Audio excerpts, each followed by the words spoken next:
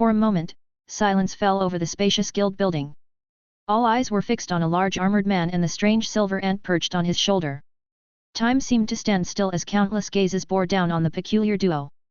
But soon enough, people began turning away. A man in armor with a monster on his shoulder wasn't such an unusual sight in these parts. Even now, several other tamed beasts roamed the area, some being registered at this very moment. Rusty, start moving. You don't want to stand out. Alexander whispered, his glowing orb located in the chest cavity and hidden away by thick cloth to not shine through his armor. Ah, sure. Rusty hesitated, momentarily stunned by the attention. For an instant, he feared his identity had been exposed and considered making a run for it. Before entering the guild, he had a burden scout for possible escape routes and hiding spots in case something went wrong. If he was discovered, he would simply execute the same strategy as last time. Gleam was small enough to slip between buildings, and he could hide on her head. As long as his helmet remained intact, he would survive. But the moment passed, and the guild returned to its usual clamor. Conversations resumed, and adventurers turned back to their drinks, food, and quests. Rusty quickly stepped toward the reception desk, his boots clanking slightly against the wooden floor. As in other guilds, a line had already formed. While waiting, he glanced at the notice board, curious about the available quests. As he scanned the parchments and monster illustrations, Gleam shifted slightly on his shoulder. Like him, she was still young, and this was her first time inside an adventurer's guild without being confined to a cage. Rusty could sense her unease.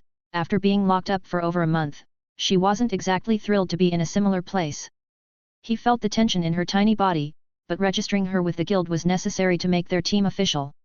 On the board, he spotted drawings of orcs alongside the faces of humanoid beings that resembled humans. One, in particular, caught his attention, a bald man covered in tattoos and scars, with a bounty of several gold coins. It appeared to be a wanted poster, likely for a criminal or perhaps one of the barbarian leaders roaming the mountain range. The rewards here seemed higher than in the previous city, but that also meant the quests were likely far deadlier. He approached the reception desk and waited for his turn. The guild worker, a woman with short auburn hair and sharp eyes, finished dealing with the previous adventurer before turning to him. Her expression was one of mild disinterest, likely used to dealing with all sorts of odd adventurers on a daily basis. Next. What do you need? Rusty focused on his possession skill. The head within his armor was still hidden from view, but he was ready to identify himself to this woman if the need arose. I need to register my tamed monster under my adventurer card. The receptionist's gaze flickered to Gleam, eyes narrowing slightly before she reached for a small stack of forms. What species is it? A rare dungeon variant. Found her in the depths of an unexplored cavern. He tried keeping it vague as he did not wish to reveal Gleam's true identity. He knew that she was a rare type of monster that could potentially entice thieves. The woman gave him a skeptical glance but didn't press the matter. Instead, she took out a magical item, a pair of large square glasses, and put them on. A faint glow flickered across the lenses as she studied the small ant-like creature perched on Rusty's shoulder. I see. It seems to be a docile creature. Please wait a moment, I'll begin the registration. I'll need your adventurer card. Of course, here. Rusty handed over his new adventurer card that used to belong to Edmund the E-rank adventurer. After she confirmed that the card was real, she started filling out some paperwork which she handed soon after. Please go through that door and give this document to the person there. Ah, thank you. It seemed this wasn't quite over, but things were going smoothly. His identity remained intact, and it was clear that security here wasn't as strict. The woman hadn't attempted to verify his identity or confirm whether he was Edmund. It was apparent that people in this guild didn't concern themselves much with the possibility of a low-rank adventurer's identity being stolen, or perhaps they simply had more important matters to deal with. After stepping away, he followed the receptionist's directions and walked toward the door she had pointed out. Above it, an emblem resembling a wolf was carved into the wood, likely indicating that this area dealt with beasts and pets. Rusty pushed the door open, revealing a smaller, more private room. Inside, a man sat behind a desk piled high with stacks of parchment and ink bottles.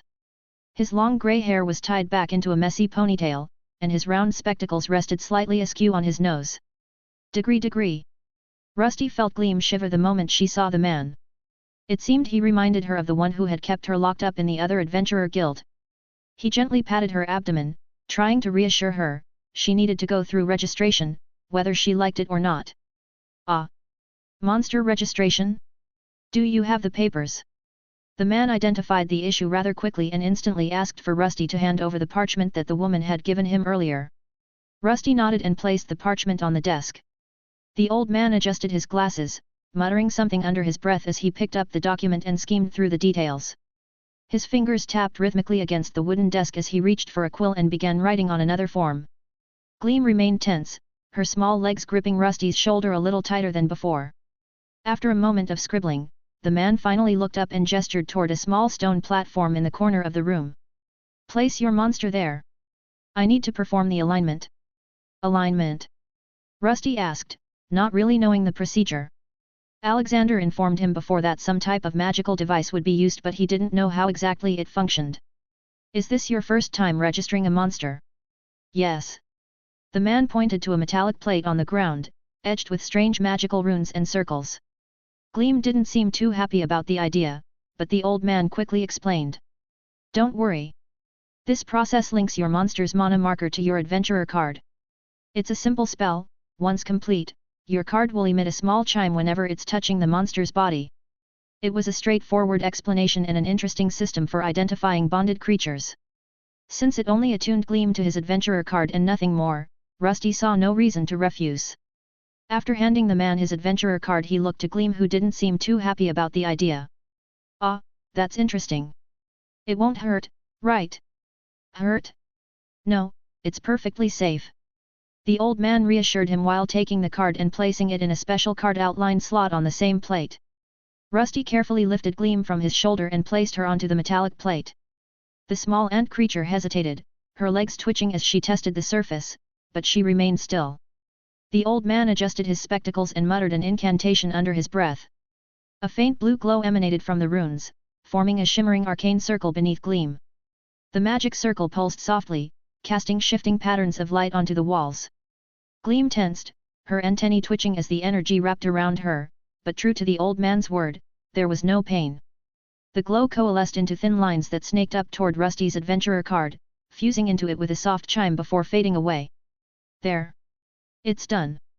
The old man adjusted his glasses again and took the card, giving it a once-over before handing it back. Your tamed beast is now officially registered under your adventurer card. As long as you have that card, it'll confirm your ownership should anyone question it. But remember, the monster is registered to your card. If anything happens to it, you'll have to report it. But, as long as you have that card, it'll confirm your ownership should anyone question it. Rusty nodded, recognizing this as both a crucial part of the system and one of its glaring flaws. If someone stole his adventurer card, they could, in a way, claim ownership of Gleam. While bonding and taming contracts existed, there were also items, like the ones he had acquired from the auction house, that could dissolve them. It was reassuring to know he could quickly report a stolen card to prevent Gleam from being registered under someone else's name. However, he had no intention of ever giving her up willingly. If such a situation arose, he would risk his life to protect her. Rusty accepted the card and glanced at it. The faint outline of a small creature, vaguely resembling Gleam, had been etched into the corner. He assumed that was the confirmation mark. Thank you. The old man nodded absently, already moving back behind his desk. Once there, he scribbled something again and handed him a note. It's your registration fee, please pay it before you return, and don't forget to renew the registration every year, the enchantment will dissolve by then. Ha, these people sure love scamming adventurers. Are you sure they aren't demons in disguise? A bird's cackling echoed within Rusty's chest, a sound only he could hear. They're just worried that after a year, the monster could become dangerous. Luckily, Gleam is a docile variant, so this went smoothly. Sure, keep telling yourself that, hero, we both know the true nature of these adventurers and your so-called allies. Rusty simply took the note. The registration fee was 4 silver coins, a hefty sum, considering a night at an inn only cost a few copper coins. He wondered if these steep fees were one of the reasons so few adventurers had tamed beasts. It seemed the stronger the monster, the higher the fee and the stricter the restrictions placed on its use. Don't worry, Rusty, once you become a B-rank adventurer, the guild won't take any more fees for such things. Oh. Rusty picked up Gleam and listened as Alexander explained while they walked outside. It seemed that once an adventurer reached a certain rank within the guild, they were treated differently. B-rank adventurers, in particular, were considered strong enough to receive special privileges. In his current state, Rusty figured he could probably reach D-rank soon. With his enhanced stats and sturdy armor, he was confident he could meet the requirements. However, it was better to advance naturally. If the dungeon had enough monsters inside, he planned to return to the grind, just like in the past. And this time, with Gleam by his side, he had someone to level with and rise together. Once outside the room, he headed over to one of the booths to pay the fee. Just like in the other guild, it was behind some bars and he needed to drop the coins into a special shelf on the side. After parting with his silver coins, he left the guild building, his adventurer card now carrying the official registration mark for Gleam. The process had been relatively smooth, and he was relieved that no one had asked too many questions about his identity. With that task done, he turned his attention to his next objective, the town hall. If he was to establish himself in Ferndale, he needed a place to make his lair. A smithy would provide a good cover for his operation. A smithy would also provide a stable source of income and resources, allowing him to sustain himself and, more importantly, grow stronger. The Adventurers Guild was positioned close to the market, which made sense. Most adventurers would need supplies before heading out on quests, and having the guild nearby made it easier for them to pick up what they needed. The town hall, according to the directions he had picked up from the guards earlier, was farther west, situated in a slightly cleaner and more structured part of the settlement. This side looks a bit cleaner than the rest. He could instantly tell that this place was better defended and cleaner than the area around the Adventurers Guild. It seemed that merchants were living here, near City Hall, who were better off than most but not wealthy enough to reside in the higher district alongside the influential elites and noble leaders. Rusty adjusted his helmet as he made his way through the cleaner streets, his heavy boots clanking against the cobblestones. Gleam remained perched on his shoulder, her antennae twitching as she observed their surroundings. The buildings here were taller and better maintained, some bearing signs of businesses, tailors, scribes, and merchants dealing in rarer goods. Compared to the chaotic and grimy adventurers' quarter, this part of Ferndale had an air of quiet order. He spotted the town hall up ahead, a large stone structure with wide double doors and a small set of stairs leading up to the entrance. The building had an aged yet sturdy appearance, with banners hanging from its sides displaying the town's emblem, a stylized oak tree entwined with a sword.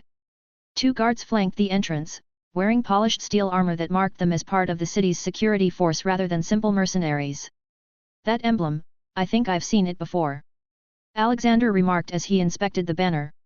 The emblem on it belonged to the noble family responsible for this area and represented them. "Who does it belong to?" asked Rusty, but Alexander didn't seem able to collect his memories to get an answer. "I'm not sure, but I have a bad feeling about it." Rusty didn't like the sound of that, but he still needed to get into the building. The guards at the entrance eyed him with interest, and as he stepped forward, they blocked his path by crossing their spears. "What do you think you're trying to do, lowly adventurer?" He wasn't sure what this was about, but their tone was anything but pleasant. "Are you new here? Do they let just anyone in now? Look over there, use the rear entrance. Your kind is forbidden from using the main entrance." It seemed there were rules here he didn't fully understand, but he had no desire to cause trouble.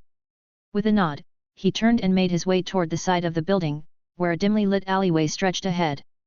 There, he noticed a small line of people of various races, shapes, and sizes waiting. It seemed he'd have to wait even longer before his business was concluded.